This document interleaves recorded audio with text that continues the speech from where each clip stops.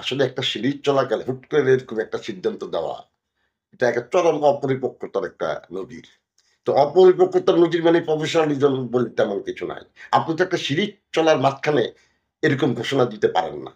যেখানে একজন অলরেডি জানে সে নেতৃত্বে আছে এবং সে এখানে টেস্ট দলকে নেতৃত্ব দিচ্ছে অলরেডি শ্রীলঙ্কা। তখন যদি আপনি এরকম একটা সিদ্ধান্ত দেন, তখন তো এটার একটা বিরূপ প্রতিক্রিয়া পড়বে, পড়বে না? আজকে আমি জানি আমি ওয়ান ডে ক্যাপ্টেন। আমি এখন টেস্ট চলতেছে, আমি টেস্ট দলকে নেতৃত্ব দিচ্ছি। টেস্টটা শেষ হওয়ার পরে আলাপ আলোচনার মাধ্যমে আমার সঙ্গে আলোচনা করে একটা সিদ্ধান্ত নেওয়া যেতেই পারত।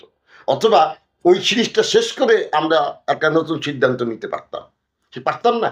তো আমরা সেই পথে হাঁটিনি। আমরা একটা যেটা আপনি বললেন যে একটা ফোন কল করে হুটহাট করে আমরা সিরিজের মাঝখানে অধিনায়ক পরিবর্তন করে দিলাম।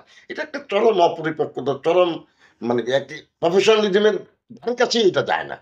সুতরাং এরকম নন প্রফেশনাল কাজকর্ম করলে তার প্রভাব তো পড়বে, কিছু না কিছু তো পড়বে।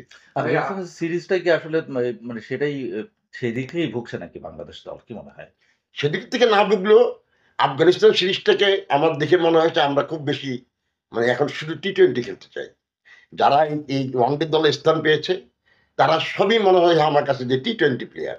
তারা টি-টোয়েন্টি খেলার জন্য এসছে। আপনার আপনি লাস্ট ম্যাচটা দেখেন। আমরা ১৯০ রান মাত্র তাড়া করতে নেমেছিলাম। কিন্তু সেখানে প্লেয়ারদের খেলা দেখে মনে হয়েছে আমরা ২৯০ রান চেস করতেছি। সবাই বিগ হিট নিতে চায়। তো এইভাবে যদি আমরা সব টি 50 ওভার ম্যাচ, টেস্ট ম্যাচ যদি আমরা টি-টোয়েন্টির মতো করে খেলি, তাহলে তো এখানে আর বলার কিছু থাকে না। তাহলে প্রশ্ন ওঠে, তাহলে সেই প্লেয়ারগুলি কোথায় যারা একটু ধরে খেলবে, সিচুয়েশন অনুযায়ী খেলবে, পরিস্থিতি অনুযায়ী খেলবে। ৫০ ওভারের ক্রিকেট, এই ম্যাচ আমরা ৪০ ওভার ব্যাটিং করলেই আমরা জিতে যাই।